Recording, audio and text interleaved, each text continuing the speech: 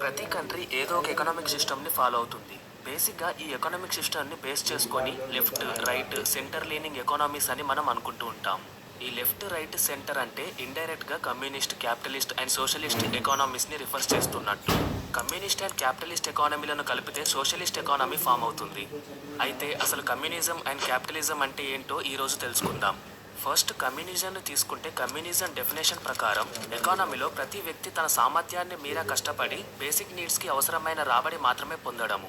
ఎగ్జాంపుల్కి ఫిజికల్గా ఫిట్గా ఉన్న ఒక వ్యక్తి రోజంతా కష్టపడి 100 రూపాయలు సంపాదిస్తే బలహీనంగా ఉన్న వ్యక్తి తనకు చేతనైనంత కష్టపడి అదే 100 రూపాయలు సంపాదిస్తాడు.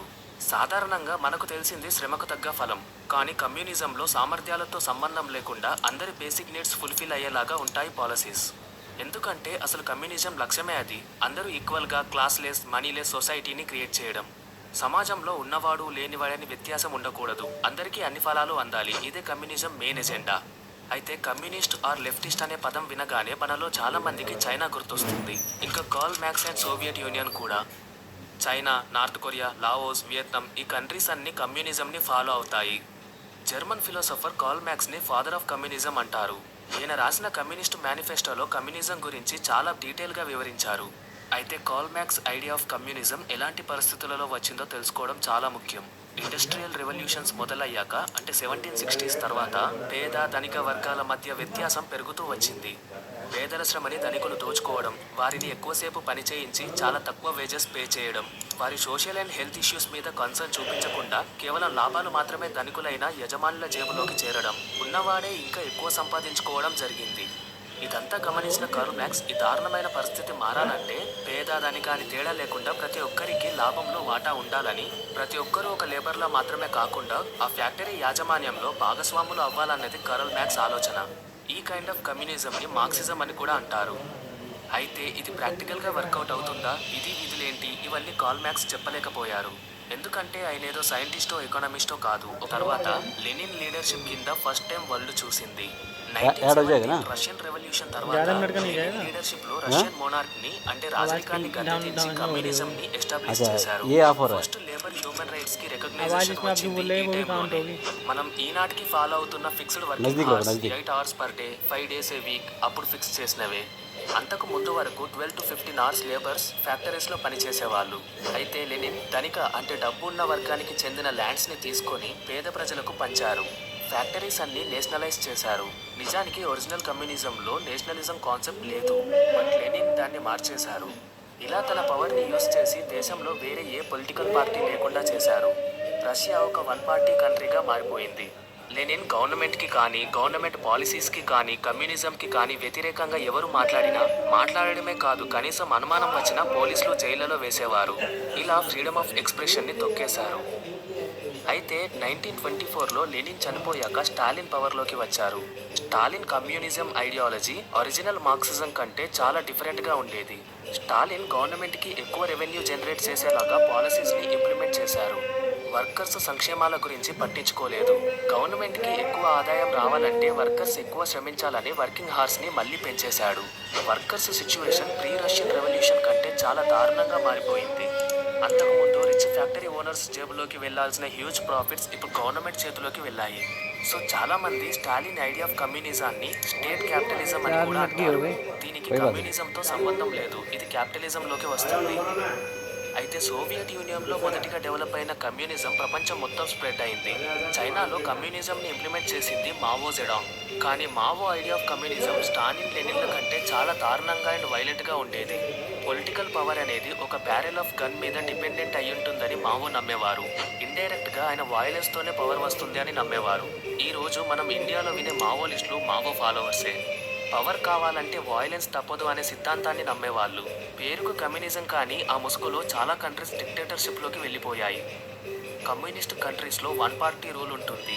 ఒక classless, మనీలెస్, socially equal society create చేయాలనే ఆలోచనతో మొదలైన communism one party rule, dictatorship, restricted freedom లాంటి సిచ్యువేషన్స్కి దారితీసింది. పొలిటికల్గా ప్రపంచమంతా ప్రభావం చూపింది కమ్యూనిజం. అయితే ఇండియాలో ఎలాంటి ఎఫెక్ట్ చూపించింది? 1925లో ఫస్ట్ కమ్యూనిస్ట్ పార్టీ సిపిఐ అంటే కమ్యూనిస్ట్ పార్టీ ఆఫ్ ఇండియా ఏర్పడింది. ఈ పార్టీ దాదాపు అన్ని జనరల్ ఎలక్షన్స్లోనూ పార్టిసిపేట్ చేసేది. 1964లో సిపిఐ నుండి రెండు పార్టీస్ ఏర్పడ్డాయి. CPI Marxist and CPI Maoist. ఈ సిపిఐ మావోయిస్ట్ పార్టీని ప్రస్తుతం ఇండియాలో UAPA unlawful activities prevention act కింద బ్యాన్ చేశారు. ఎందుకంటే Mao violent and extremist ideology గురించి మనం ఇందాకే మాట్లాడుకున్నాం. CPI Marxist party Kerala, West Bengal, Manipur, తమిళనాడులో మంచి ఇన్ఫ్లుయెన్స్ చూపిస్తుంది.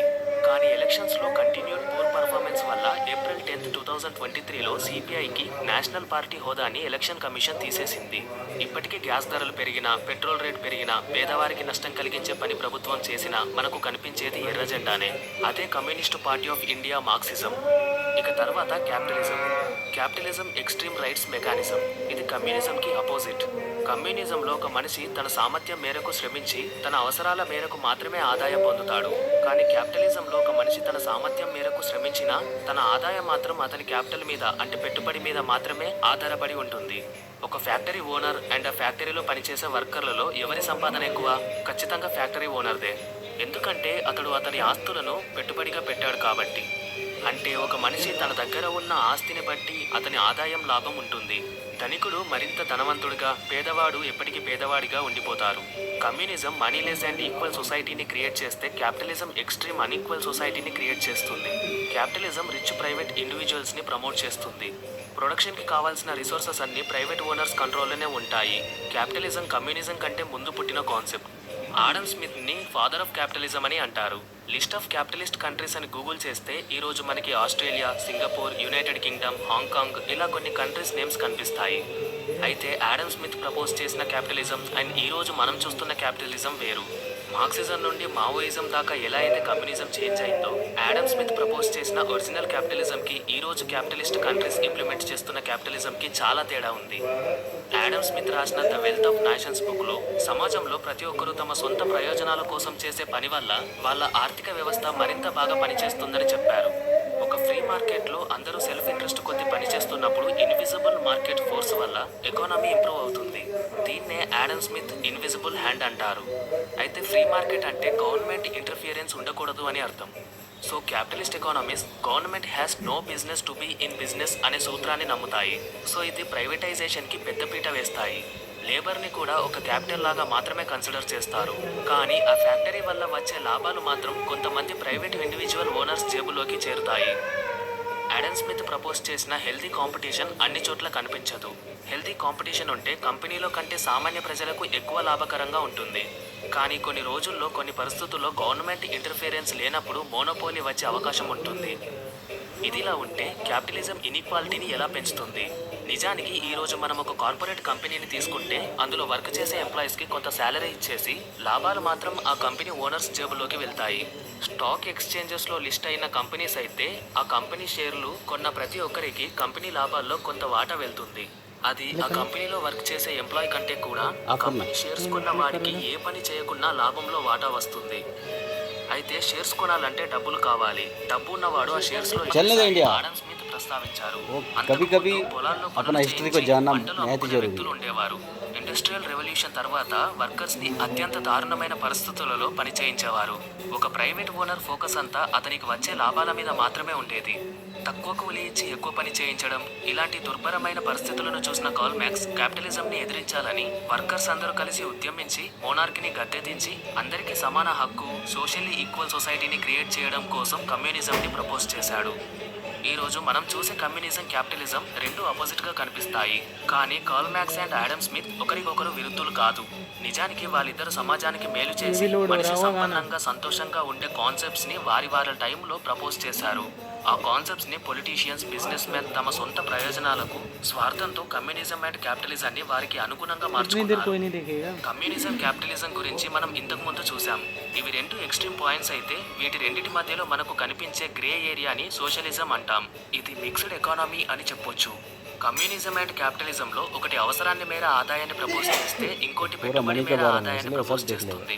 మరి సోషలిజం విషయానికి వస్తే సామర్థ్యం మేరకు కష్టం, సహకారం మేరకు ఆదాయం. ఒక సొసైటీకి కావాల్సిన ఎడ్యుకేషన్, హెల్త్ కేర్, ఇన్ఫ్రాస్ట్రక్చర్ మీద ఫోకస్ చేస్తుంది. సొసైటీలో ఇండివిజువల్ ఇంట్రెస్ట్తో పనిచేయడం వల్ల సమాజానికి మేలు జరుగుతుందని క్యాపిటలిజం వచ్చింది. అదే టైంలో పెరిగిన ఇండస్ట్రియల్ రెవల్యూషన్ వల్ల, దురాశ పెరిగిన ధనిక యజమానుల వల్ల పేద ప్రజలు బలి అవుతున్న క్రమంలో ఇన్ఈక్వాలిటీ పెరిగిపోతున్న టైంలో కమ్యూనిజం స్టార్ట్ అయింది. అయితే ఈ కమ్యూనిజం క్యాపిటలిజం రెండు వాటి ఒరిజినల్ థియరీకి చాలా డిఫరెంట్ వేలో దేశాన్ని బట్టి అక్కడ రాజకీయ నాయకులను బట్టి